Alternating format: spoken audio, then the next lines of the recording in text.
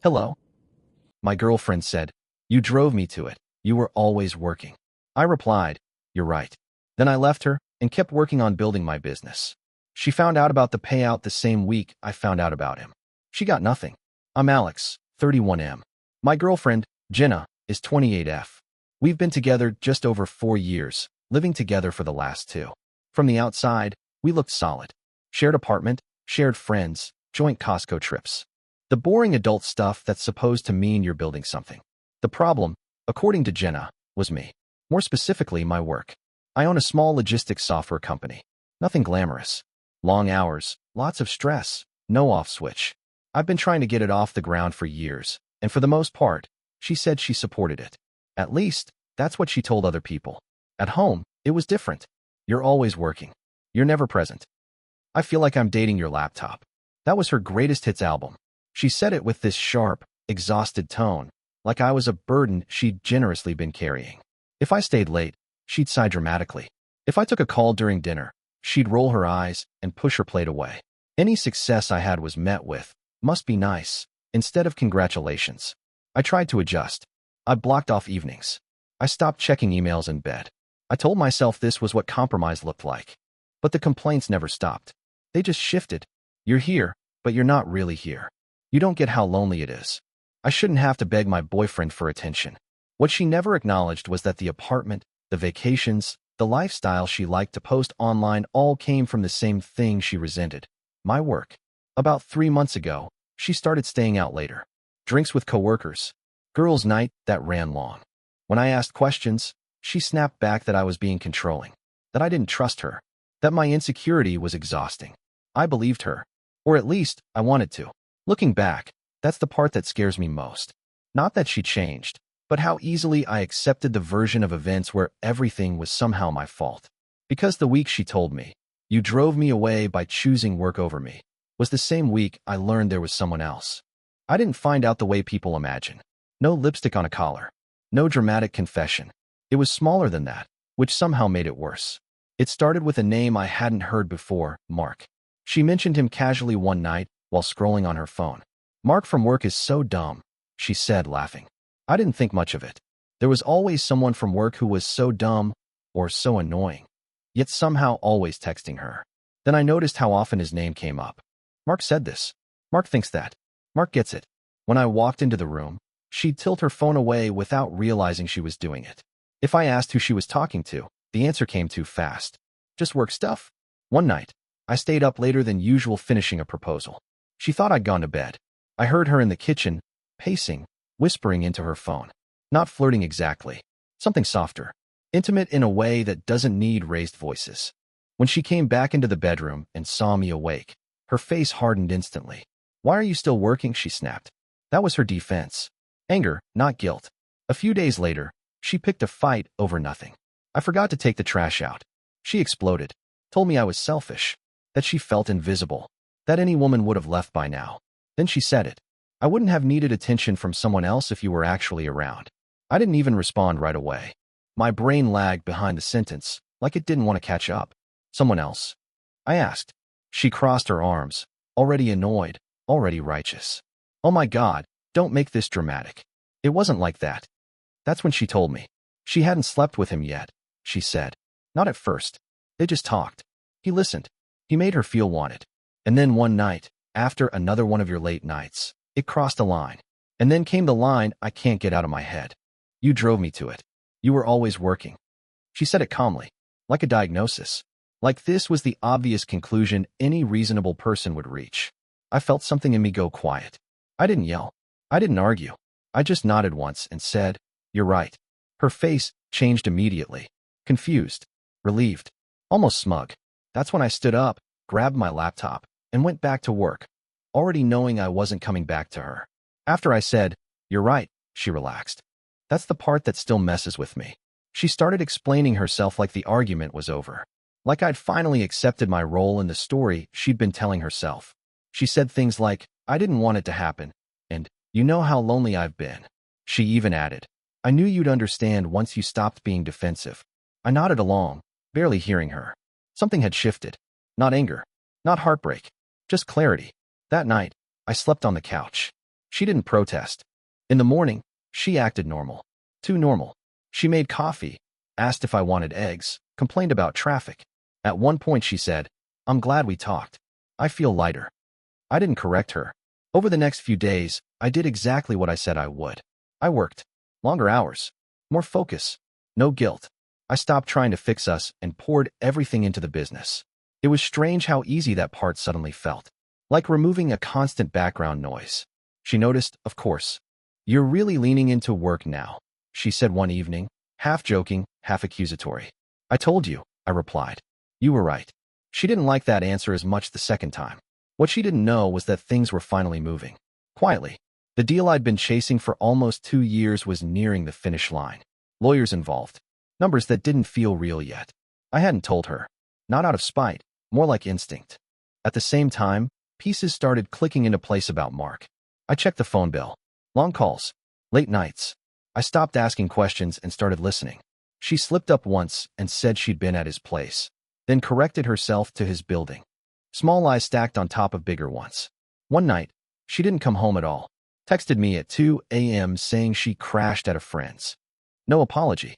No explanation. That was the night I started packing my important stuff. Not furniture. Not clothes. Documents. Hard drives. The things you take when you're not planning on coming back. The week ended with 2 revelations. I found out who he was, and she found out my company was about to pay out. Those discoveries didn't happen at the same time, but they landed with the same weight. And only one of us was about to be very, very disappointed. I found out who he was on a Tuesday afternoon, in the most boring way possible. I was reviewing expenses for the business when a name popped up in an email thread Jenna had forwarded me weeks earlier, an invite to a team happy hour. I'd ignored it at the time. Now I clicked it out of idle curiosity. Mark R. Product partnerships. Same company. Same floor. I didn't feel rage. I felt stupid for ever doubting my instincts. I did a quick LinkedIn search. There he was. Same age as me. Same type of grin. One of those guys who writes things like passionate about connection in his bio. Recently divorced. Of course. That night, I didn't confront her. I asked one simple question. "So how's Mark?" She froze. Just for a second. Long enough. "Why?" she asked, immediately defensive. "No reason," I said. "You mention him a lot." She laughed, but it was forced. "You're imagining things. God, you really are obsessed lately." Obsessed. Right. 2 days later, my lawyer called. The deal closed faster than expected. Acquisition. Clean numbers. Life-changing money. Not billionaire money, but enough that I sat in my car afterward and stared at the steering wheel for a full 5 minutes. I didn't tell Jenna. That night, she came home late again. This time, she didn't bother with excuses. She dropped her bag, kicked off her shoes, and said, "We need to talk." She told me she was confused. That she loved me, but wasn't sure she was in love anymore. That my ambition was intimidating. That Mark made her feel seen. Then she said something that sealed it. "I think we should take a break. I need space to figure out what I want." I nodded. Calm. Almost polite. "That's probably for the best," I said. She looked surprised. "You're okay with that?" "Yeah," I replied. "You were right. I've been focusing on the wrong things." She smiled. Relieved again. Like she just won something. The next morning, while she was at work, his work, I signed a lease for a new place. I moved my things quietly over the weekend. Left behind anything that wasn't mine. On Sunday night, I left my key on the counter and sent one text. "I'm giving you the space you asked for." She didn't respond until the next day. That was also the day she learned the payout was real, and that the break was permanent. She found out through someone else. Of course she did. I was already in my new place when my phone started blowing up. Missed calls. Texts stacked on top of each other. The tone shifted fast, from casual to frantic. "Is this true? Why didn't you tell me? We need to talk. Now." Apparently, news travels fast when money is involved. A mutual friend congratulated me publicly. Someone at her office connected the dots. Mark didn't know either, which I found oddly satisfying. I didn't respond right away. I finished what I was doing. Ate dinner. Took a shower. I wasn't angry anymore, and that scared me more than rage ever could. When I finally answered, I kept it short. "Yeah, it's true." There was a pause on the line. Then her voice, suddenly soft. "Careful, Alex. I had no idea things were that serious for you. I wish you'd shared that with me." I almost laughed. "You said my work pushed you away?" I replied. "I figured I should keep doing it." She pivoted immediately. "That's not what I meant. You know that." We were just going through a rough patch. A rough patch that involved another man. She asked if we could meet. Said she missed me. Said she'd made a mistake. Said things with Mark were complicated. That one word told me everything. I don't think that's a good idea, I said. Her tone sharpened. So that's it. You just walk away after everything? Everything. Like loyalty was a shared asset she hadn't already liquidated. I didn't walk away, I said calmly. I accepted what you told me. She went quiet. Then came the part she probably rehearsed. I stood by you when you had nothing. When you were working nonstop and barely making rent. And now, when things finally pay off, you're cutting me out? There it was. The entitlement wrapped in nostalgia. You didn't stand by me, I replied. You waited me out. She accused me of being cold, of punishing her, of choosing money over love. I didn't argue. I hope you find what you're looking for, I said, and meant it. She cried. Then she got angry. Then she asked about the apartment, about the furniture, about what she was owed. That was when I realized she still thought there was something left to negotiate. There wasn't. And she was about to learn that the same week I learned exactly how replaceable I'd been to her. The switch from sadness to calculation was almost impressive. 2 days after our last call, Jenna showed up at my old place to grab a few things. She didn't ask where I was staying now. She didn't need to. She still thought this was temporary. A pause. A misunderstanding. She texted me while standing in the hallway I no longer lived in. We should sit down and figure this out like adults. I didn't respond. An hour later, I got another message. I talked to a lawyer friend. We were basically common law. We built a life together. There it was. The real conversation. She started listing things she'd sacrificed. Times she'd supported me. How my success was built during our relationship, therefore shared. She said it carefully, like she'd practiced the phrasing. I replied once. There's nothing to figure out. She lost it. Accused me of hiding money. Of planning this behind her back. Of emotionally abandoning her the same way I supposedly always had. She even brought up Mark, said I pushed her into his arms, and now I was punishing her for surviving. I let her talk herself out. Then I sent one final message. I found out about him the same week you found out about the payout. Silence. Minutes passed. Then, you went through my things. No, I replied. You weren't subtle. That's when the tone changed again. Panic this time. She asked if Mark had told me. If someone at work had said something. She asked what I knew. How much I knew. If I was talking to anyone. I didn't answer any of it. Instead, I blocked her. Friends reached out over the next few days. Some neutral. Some clearly sent on her behalf. She's not doing well. She feels blindsided. She just wants closure. Closure is what people ask for when the door is already shut. The last thing I heard, through someone else, was that things with Mark hadn't gone how she expected. Apparently, he wasn't looking for anything serious. Apparently, he liked her better when she was unavailable. I didn't feel smug. I felt free. Because the truth was simple. She blamed me for working too much. I agreed. I kept working. And for the first time, it was only for me. The quiet after blocking her was unsettling at first. No buzzing phone. No accusations. No late-night spirals disguised as just wanting to talk. For 4 years, my life had a constant undercurrent of reacting to her moods. Suddenly, there was nothing to react to.